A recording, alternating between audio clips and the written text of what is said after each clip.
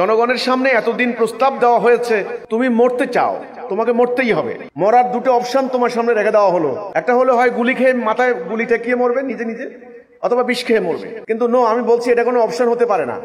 জনগণের সামনে অপশন দেওয়া হোক, তুমি বাঁচতে চাও না মরতে চাও, এটা হলো প্রথম অপশন।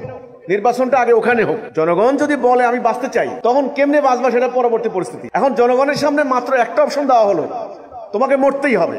এখন গুলি খায় মরবা নাকি বিষ খায় মরবা, এটা তো কোনো ইলেকশন হচ্ছে এইটা এখন বর্তমানে। আমি বলেছি ইলেকশনটা হবে ওইরকম যে জনগণের সামনে প্রস্তাবটা আসবে, তোমরা কি আল্লাহর বিধান চাও নাকি চলমান মানুষের তৈরি গণতন্ত্র চাও, কোনটা চাও? তারা যদি বলে আমরা আল্লাহটা চাই না, আমরা গণতন্ত্র চাই, বাস আল্লাহর ভাষায় পুরো জনগোষ্ঠী কাফের জনগোষ্ঠী, এই জনগোষ্ঠী মুসলমান দাবি করার কোনো মানে নাই। এখন ওই ধরনের কোনো ইলেকশন হচ্ছে না। ইলেকশন হচ্ছে বর্তমান কুফরি ব্যবস্থা কায়েম রেখে এই ব্যবস্থাকে কারা পরিচালিত করবে, তারা কিভাবে ক্ষমতায় যাবে, ক্ষমতায়ন হবে, ওটার উপরে ইলেকশন হচ্ছে। এটা তো হলো না। এই ইলেকশনে আমি অ্যাটেন্ড করবো না, এখানে আমি পার্টিসিপেট করবো না।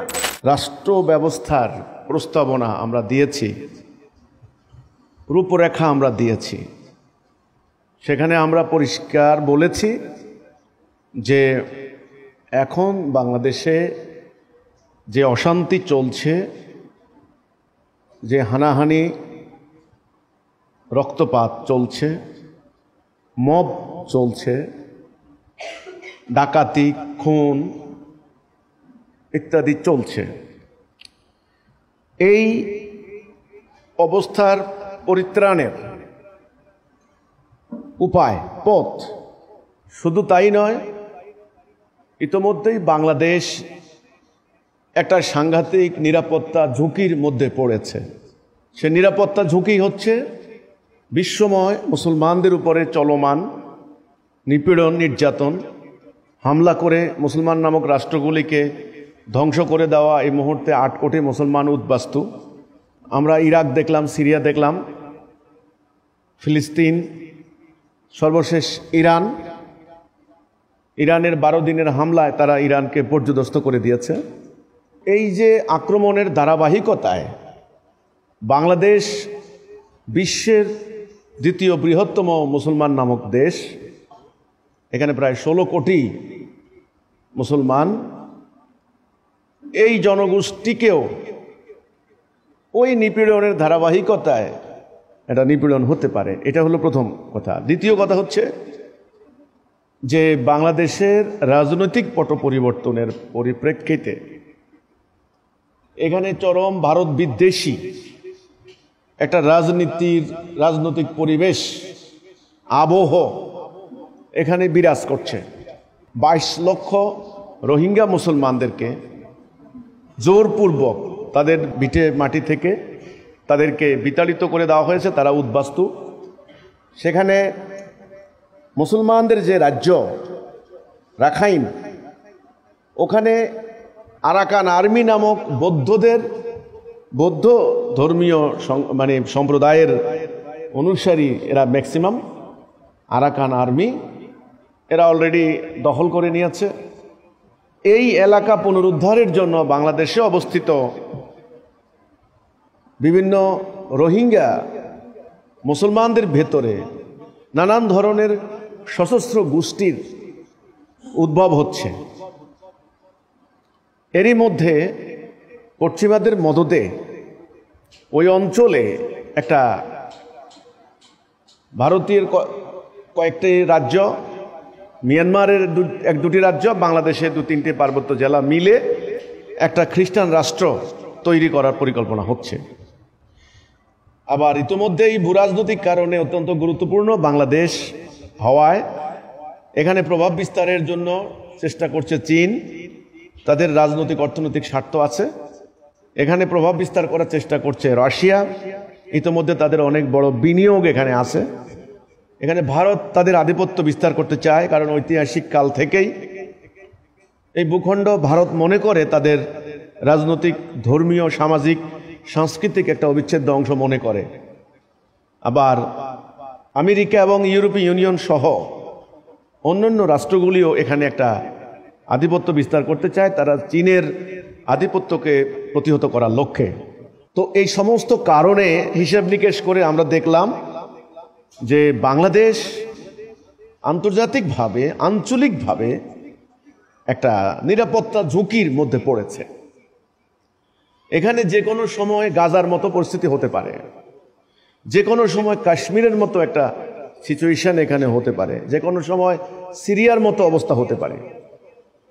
আর আভ্যন্তরীণ যে সংকট, ইন্টারনাল যে ক্রাইসিস, সেটা আমরা বলেছি স্বাধীনতার পর 53 বছর হলো এখানে বেশ কিছু সরকার আসলো এবং গেল, কিন্তু রাজনৈতিক হানাহানি, দুর্বৃত্তায়ন, খুন, রাহাজানি, অর্থ পাচার এগুলো বন্ধ হয় নাই, বরং দিনকে দিন ব্যাপক হারে বৃদ্ধি পেয়েছে।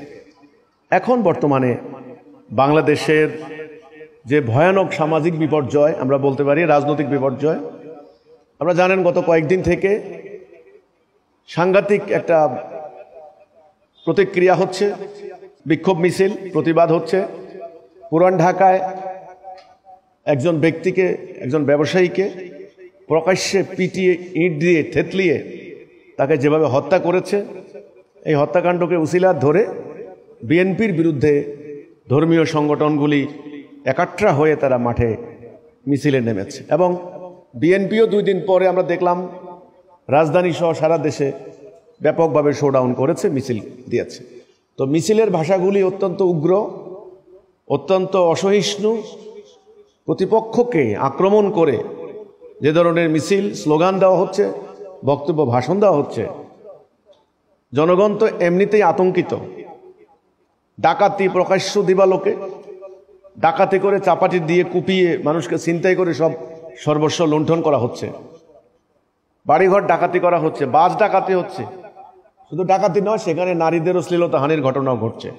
তো এই সমস্ত কিছু মিলিয়ে আমরা বলেছি যে বর্তমান ইন্টারিম গভর্নমেন্ট তারা বলছেন যে একটা সংস্কার করতে হবে। অতীতের রাজনৈতিক ব্যবস্থার কারণে, আধিপত্যবাদী রাজনৈতিক সিস্টেমের কারণে এখানে ফেসিবাদের জন্ম হয়েছে, ফেসিস্টের জন্ম হয়েছে, একনায়কতন্ত্রের জন্ম হয়েছে। যথেষ্ট গণতান্ত্রিক পরিবেশ ছিল না।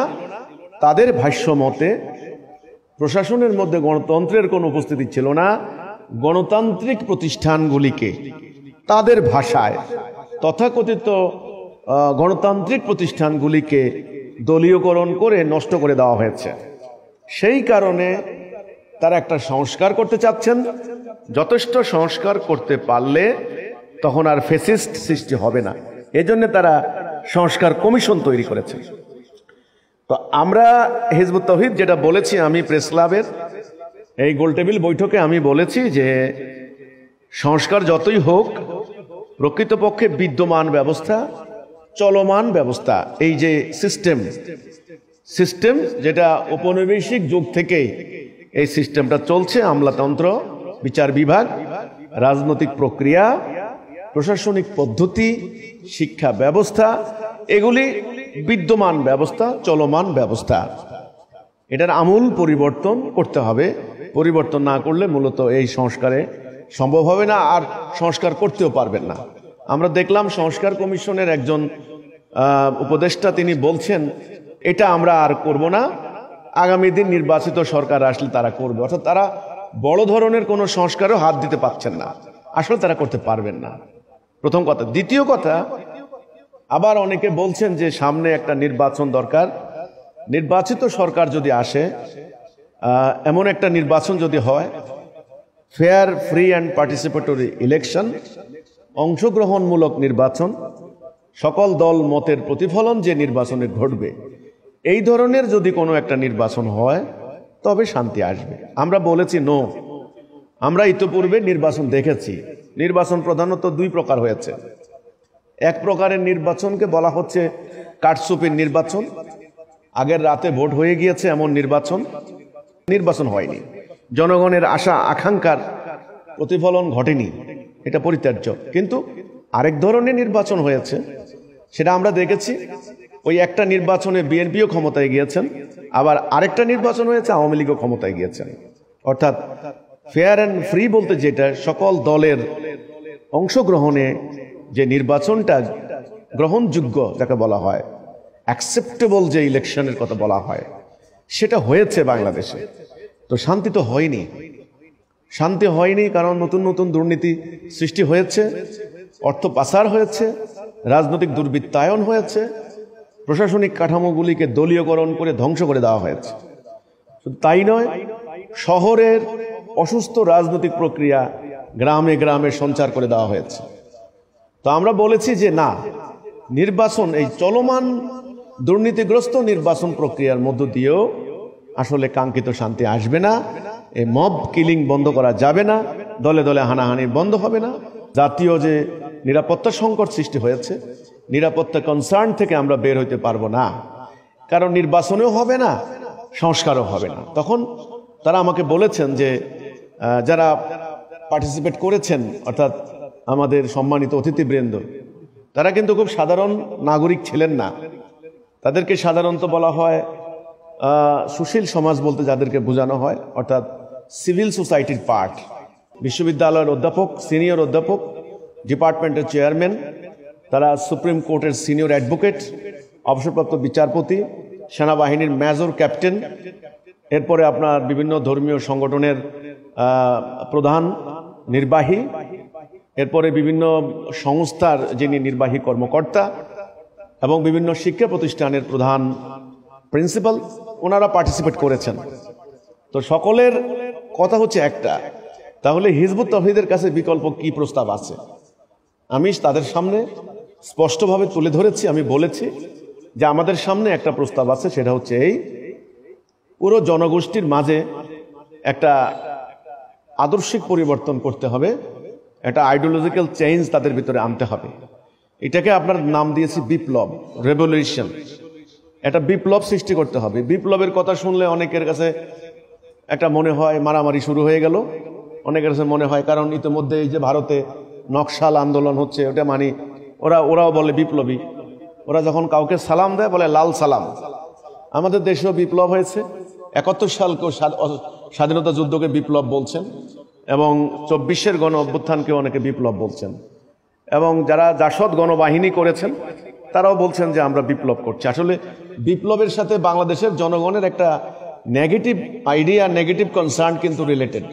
তারা কিন্তু বিপ্লব কথাটা শুনতে খুব আতঙ্কিত হচ্ছেন, ভয় পাচ্ছেন, কারণ এটা কিন্তু ব্যাড ম্যানার্স, একটা ব্যাড প্র্যাকটিস এবং ইলিগেল এক্সারসাইজ হওয়ার কারণে মূলত একটা মানুষের মধ্যে আতঙ্ক বিরাজিত করার কারণেই কিন্তু বিপ্লবের অর্থটা এখন বিকৃত হয়ে গেছে।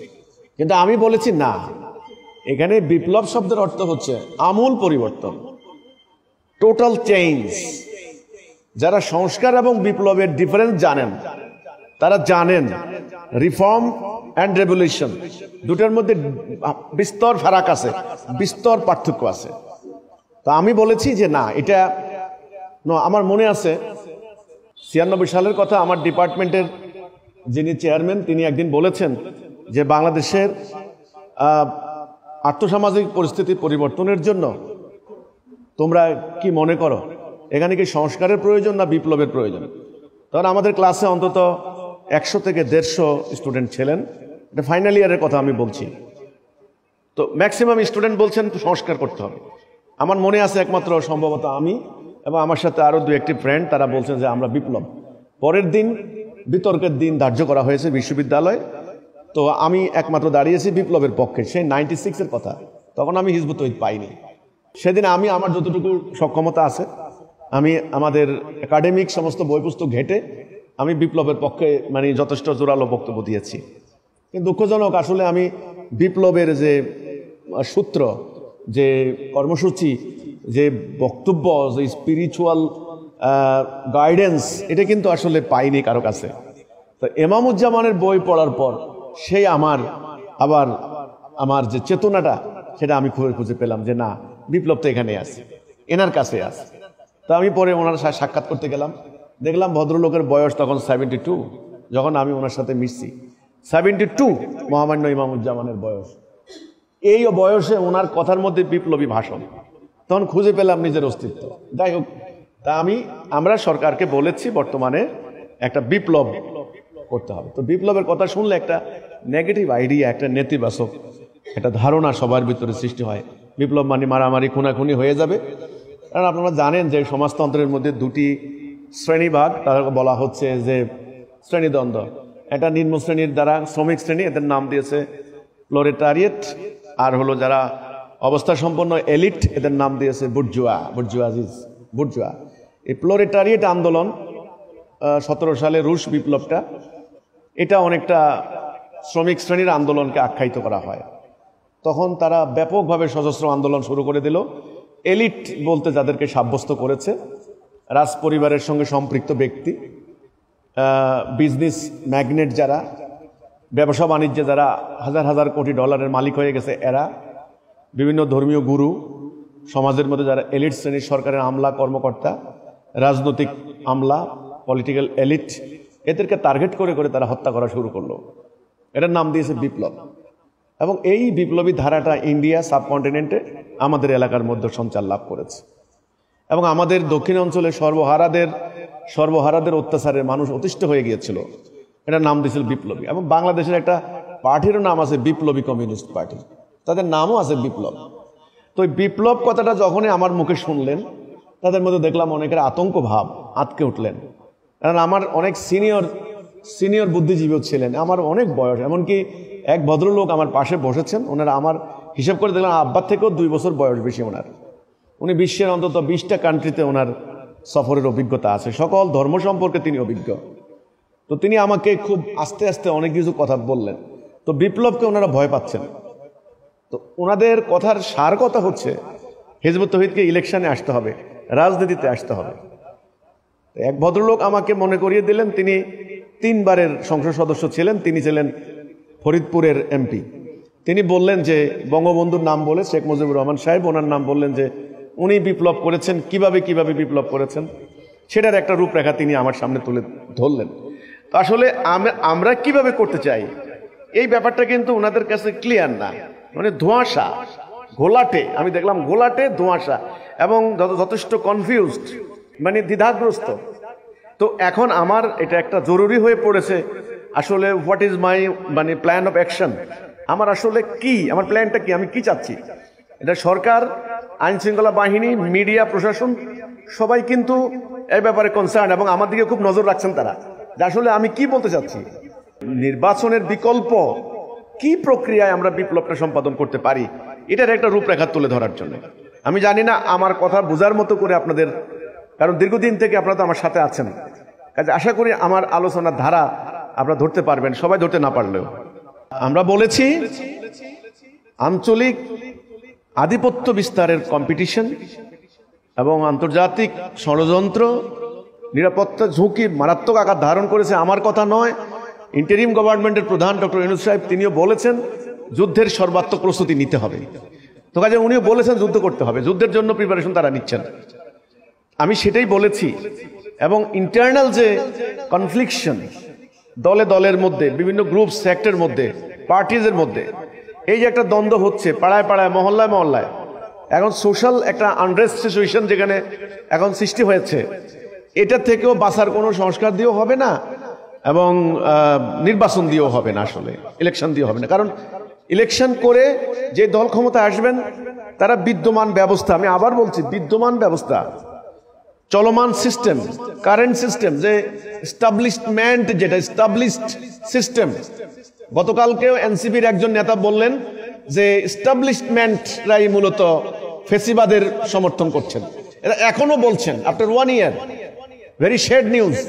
তারা বলছেন যে এস্টাবলিশমেন্ট মূলত ফেসিবাদের দালালি করছে, গতকালকে বলছেন একজন। তাহলে অর্থাৎ প্রতিষ্ঠিত, চলমান, বর্তমান কায়েম থাকা এই ব্যবস্থার আমূল পরিবর্তন করতে হবে। এটার নাম আমি দিয়েছি বিপ্লব। সর্বপ্রথম জনগণকে, মাস পপুলেশন, পিপলকে, জনগণকে আগে এই মানসিক পরিবর্তনের মধ্যে আসতে হবে, যে আমরা আসলে এই সিস্টেমটা থেকে বেরিয়ে আসতে হবে। বেরিয়ে এসে আমরা কি সিস্টেমটা অ্যাডাপ্ট করব, কি সিস্টেমটা চালু করব, আমরা কায়েম করব, সেটার রূপরেখা, সেটার প্রস্তাবনা আমরা হিজবুত তৌহিদ দিচ্ছি। আমরা বলছি তাওহীদ ভিত্তিক রাষ্ট্র ব্যবস্থা, আল্লাহর দ্বীনের উপরে কায়েম করা একটা জীবন ব্যবস্থা, যেটার মূল ভিত্তি হবে আল্লাহর হুকুম, আল্লাহর বিধান। এই একটা আমূল পরিবর্তন হবে, সংস্কার দিয়ে হবে না, ইলেকশন দিয়ে হবে না। এটা একটা বৈপ্লবিক পরিবর্তন করা বলা হয়, একটা রেভলিউশনারি চেঞ্জ যাকে বলা হয়, total change top to bottom. তো সেটার জন্য আগে জনগণের মানসিক অবস্থার পরিবর্তন করতে হবে। জনগণ আসলে এই ব্যবস্থা চাই কিনা।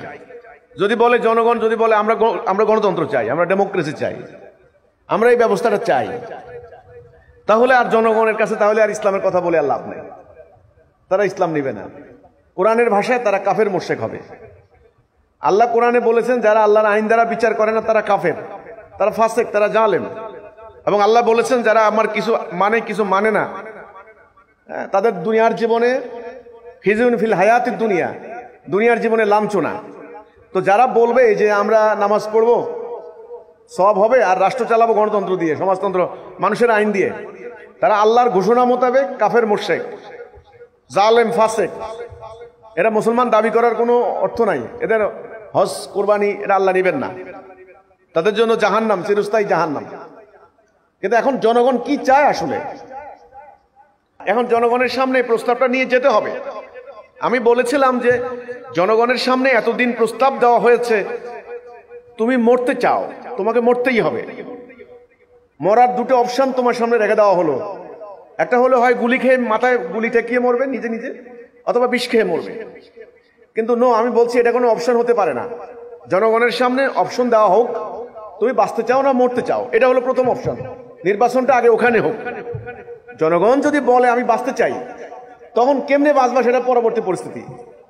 এখন জনগণের সামনে মাত্র একটা অপশন দেওয়া হলো, তোমাকে মরতেই হবে। এখন গুলি খায় মরবা নাকি বিষ খায় মরবা, এটা তো কোনো ইলেকশন হচ্ছে এইটা এখন বর্তমানে। আমি বলেছি ইলেকশনটা হবে ওইরকম যে জনগণের সামনে প্রস্তাবটা আসবে, তোমরা কি আল্লাহর বিধান চাও নাকি চলমান মানুষের তৈরি গণতন্ত্র চাও, কোনটা চাও? তারা যদি বলে আমরা আল্লাহটা চাই না, আমরা গণতন্ত্র চাই, বাস আল্লাহর ভাষায় পুরো জনগোষ্ঠী কাফের জনগোষ্ঠী। এই জনগোষ্ঠী মুসলমান দাবি করার কোনো মানে নাই। কিন্তু এখন ওই ধরনের কোনো ইলেকশন হচ্ছে না। ইলেকশন হচ্ছে বর্তমান কুফরি ব্যবস্থা কায়েম রেখে এই ব্যবস্থাকে কারা পরিচালিত করবে, তারা কিভাবে ক্ষমতায় যাবে, ক্ষমতায়ন হবে, ওটার উপরে ইলেকশন হচ্ছে। এটা তো হলো না। এই ইলেকশনে আমি অ্যাটেন্ড করবো না, এখানে আমি পার্টিসিপেট করবো না, কারণ প্রক্রিয়াটাই ভুল। আমি প্রমাণ দিয়েছি, কিন্তু ওদের ওখানে আমাকে প্রশ্ন করেছে অনেকে, আমি প্রমাণ দিয়েছি 300 বছর ব্রিটিশরা তারা এই ধরনের ইলেকশন দেয় নাই, তখন তো তাদেরকে অগণতান্ত্রিক বলেননি আপনারা। সৌদি আরব আজকে প্রায় 100 বছর চলে গেছে, সেখানে কিংডম অফ সৌদি আরবিয়া, সেখানে নো ইলেকশন, কিন্তু আপনারা তো বলেননি যে ওইটা সরু শাসন। কই, সেখানে কি হজ করে আসছেন, সেখানে সৌদি বাদশাকে নাজ নিয়ামত দিচ্ছেন, সৌদি বাদশাহ আবার আমেরিকা প্রেসিডেন্টকে আমন্ত্রণ জানাচ্ছেন, সবাই তো ভালো। তাহলে এখানে এসে এত ডেমোক্রেসি করছেন কেন? এখানেও একটা প্রস্তাব দেওয়া হোক যে আমরা চলমান উপনিবেশিক মানুষের তৈরি কোনো সিস্টেম আমরা চাই না, আল্লাহর দেওয়া ব্যবস্থা আমাদের চালু হবে।